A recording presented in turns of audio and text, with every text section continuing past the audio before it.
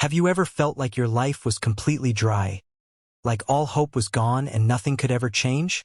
That's exactly the vision God gave the prophet Ezekiel in one of the most mysterious and powerful passages of the Bible, the Valley of Dry Bones.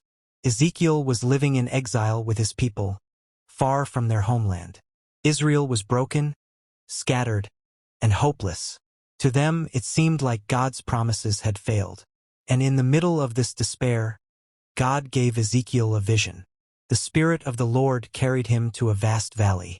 At first glance, it wasn't just empty, it was terrifying. The valley was filled with bones. Dry, lifeless, scattered everywhere. These weren't fresh bones. They were old, dried out, long forgotten. It was a picture of absolute hopelessness. Then God asked Ezekiel a question.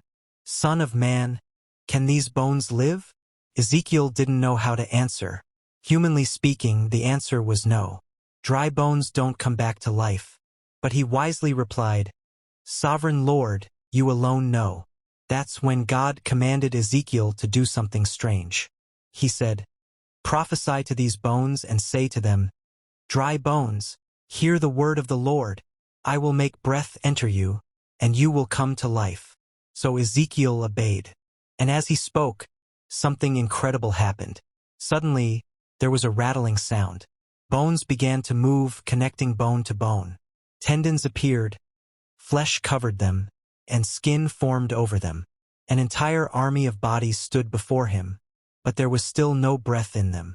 Then God gave another command. "Prophesy to the breath. Call the wind from the four corners of the earth. Say, 'Come, breath, and breathe into these slain, that they may live.'" Ezekiel spoke, and breath entered them. Instantly, the bodies came alive and stood on their feet. An enormous army. What was once a valley of death became a place of life, restoration, and power. But what did it mean? God explained, "Son of man, these bones are the people of Israel. They say, 'Our bones are dried up, our hope is gone, we are cut off. But I am going to open your graves and bring you back to the land of Israel. Then you will know that I am the Lord. I will put my spirit in you, and you will live." This vision was not just about bones, it was about hope. Israel thought they were finished. They thought their story was over. But God reminded them, "I am the God who brings life to what is dead. I am the God who restores what seems lost forever." And here's the beauty. This story isn't only about ancient Israel. It speaks directly to us as believers today. Maybe you feel like dry bones, empty, weary, hopeless. Maybe you feel like you've lost too much or like your faith is too weak. But the God of Ezekiel is still the same. He breathes life into what looks impossible. And in the New Testament, we see the ultimate fulfillment of this vision. Through Jesus Christ, God brings life where there was death. On the cross, he carried our sin. In the tomb, it seemed hopeless. But when he rose from the grave, he proved once and for all that nothing is too dead for God to revive. Ezekiel's valley teaches us this. God doesn't just restore bones. He restores people, families, nations, and hearts. His Spirit still breathes life into dry places.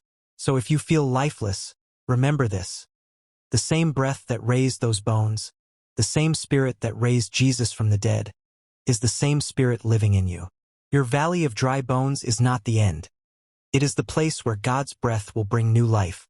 Trust him, because with God, nothing is ever truly hopeless.